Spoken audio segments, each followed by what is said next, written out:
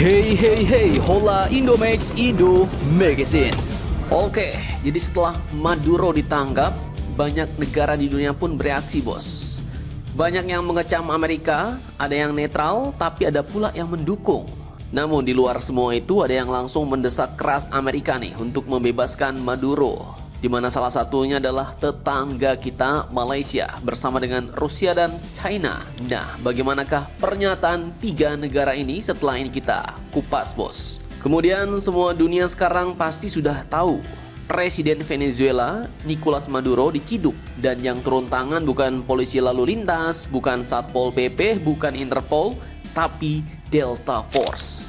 Pasukan yang jadi mimpi basah buruk bagi pemimpin-pemimpin yang berseberangan dengan Amerika. Kabar ini pun langsung meledak setelah media Amerika dan unggahan Paman Donald memamerkan foto dan video bahwa Maduro sudah diamankan dan diterbangkan ke luar negeri tanpa pengumuman perang, tanpa sidang PBB, tanpa basa-basi dalam waktu singkat hanya 3-4 jam. Nah, lantas pertanyaannya, kini siapakah? Sekuat apakah itu Delta Force dan bagaimana rekam jejaknya dalam mengeksekusi pemimpin-pemimpin dunia yang terciduk?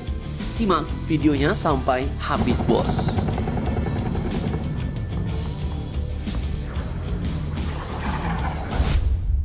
Oke, yang pertama kita bahas dulu negara-negara yang ternyata kompak tanpa kode-kode langsung mendesak Amerika untuk membebaskan Presiden Venezuela Nicolas Maduro beserta istrinya Cilia Flores. Bukan satu, bukan dua, tapi tiga langsung barengan, bos. Mulai dari Rusia, China sampai Malaysia. Nah, kita mulai dari Rusia.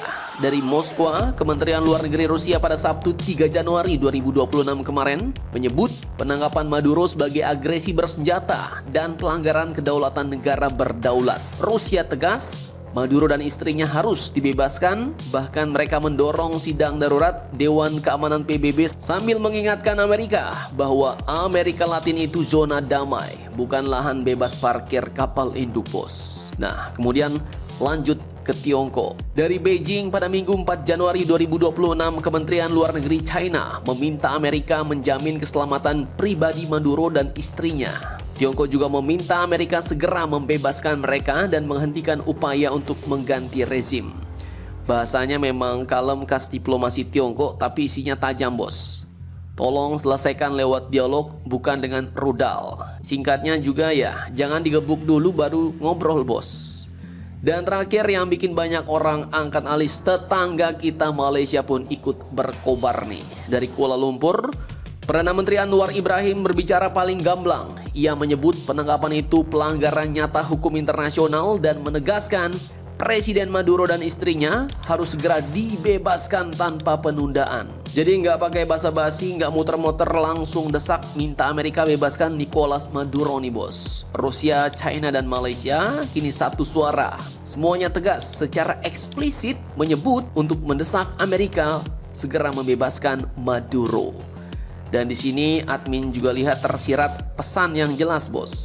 Jadi kalau kepala negara bisa diciduk seenaknya, ditangkap seenaknya, hukum internasional ya tinggal jadi hiasan rak buku. Maka pasti dunia pun bakal bertanya nih, hari ini Venezuela, wah besok siapa ya? Wow, ternyata Presiden Kolombia. Nah lo, siapa, bos? Coba kalian tebak. Oke, lanjut kita masuk ke pasukan yang menangkap Nicolas Maduro, bos. Delta Force. Jadi nama resminya sebenarnya adalah First SFODD. Ini adalah unit paling elitnya Angkatan Darat Amerika. Tugas utamanya simple tapi ngeri, bos. Yaitu untuk menangkap atau melenyapkan target bernilai tinggi seperti presiden, pemimpin teroris global, atau orang-orang yang berdiri sebagai simbol perlawanan strategis. Karena orang-orang di level ini biasanya pengamanannya kuat, intelijennya juga bukan kaleng-kaleng ya kan. Tapi kalau targetnya level kedua RT mah cukup pakai hansip aja lah ya, lewat ya kan. Oke, jadi Delta Force adalah unit kontraterorisme tier 1, bos. Spesialis CQB. Operasinya penyelamatan sandera sampai misi yang bahkan Pentagon pun kadang pura-pura nggak tahu katanya. Mereka sering bekerja bahu-membahu dengan CIA. satu tim intelijen, satu tim penyerbu. Ibaratnya CIA yang buka pintu, nah Delta yang tugasnya masuk ke kamar, bos. Unit ini lahir awalnya tahun 1977, tapi benar-benar naik kasta jadi Delta Force setelah kegagalan misi penyelamatan Sandra Iran tahun 1980. Sejak saat itu, Mama Rika sadar kita butuh pasukan yang kalau gagal dunia pun ya nggak perlu tahu lah. Rekrutmennya cukup brutal, bos. Mayoritas datang dari pasukan Ranger dan Green Berets. Julukannya D-Boys. Bukan karena D itu keren, tapi karena hidup mereka memang di level difficult alias hardcore. Nah, pertanyaannya sekarang, kalau Delta Force itu bahkan secara resmi sering dianggap tidak ada, lalu seberapa gelapkah sebenarnya unit-unit ini? Apa saja misi-misi legendaris mereka? Dan kenapa setiap kali mereka muncul selalu ada satu rezim yang tamat? Nah, sekarang kita masuk ke bagian yang lebih ngeri-ngeri tak sedap, bos. Delta Force itu unik. Secara resmi mereka sering disangkal keberadaannya. Namanya kadang berganti-ganti mulai dari SFODD, ACE, Task Force Green, dan lain-lain. Intinya satu, kalau misi ini bocor berarti ya bukan mereka, bos. Markasnya ada di Fort Bragg. Tapi kalau kita tanya ke tentara di sana, jawabannya mungkin Delta Force, oh bukan kami, Pak. Nah, di lapangan, operator Delta sering tanpa patch, tanpa bendera, bahkan kadang berpakaian seperti warga sipil atau milisi lokal. Rambut gondrong, janggut lebat. Nah, kalau di Indonesia mungkin kayak tukang cilok bawa HT ya kan. Padahal itu manusia jam terbang tempurnya udah lintas benua, bos. Rekam jejaknya bukan kaleng-kaleng. Di Somalia tahun 1993, kalau kalian pernah nonton itu dengan peristiwa Black Hawk Down.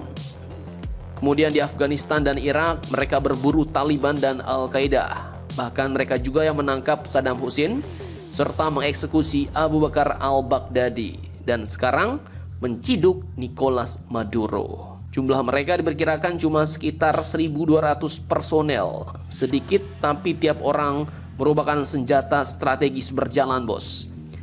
Mereka dilatih bukan cuma nembak tapi intelijen, psikologi, penyamaran, dan operasi tanpa jejak. Satu tim kecil bisa menjatuhkan satu jaringan besar atau satu pemerintahan, bos. Dan disinilah mitologi alias mitos Delta Force muncul. Setiap kali dunia ribut soal hukum internasional, kedaulatan negara atau PBB yang sibuk-sibuk rapat, Delta Force sudah selesai misi dan pulang duluan. Tanpa pidato, tanpa permisi, tanpa konvoi, dan tanpa parade. Karena jelas bagi pasukan seperti itu ya, misi bukan soal benar atau salah, tapi soal target ada atau tidak ada besok pagi. Dan mungkin itulah alasan kenapa banyak pemimpin dunia lebih takut pada unit yang tidak nampak daripada pasukan yang berbaris selfie rapi di depan kamera. Ngeri-ngeri selekedap. Kalau di Indonesia mungkin dulu ya mitosnya mitos ada yang namanya Den Harin, detasemen harimau. Admin pun kurang tahu, bos. Nah, jadi bagaimana menurut kalian tentang hal ini? Jangan lupa komentar, tetaplah kalian barbar dan jangan santuy terus. Demi Indonesia tangguh, salam Indomax Indo Magazines.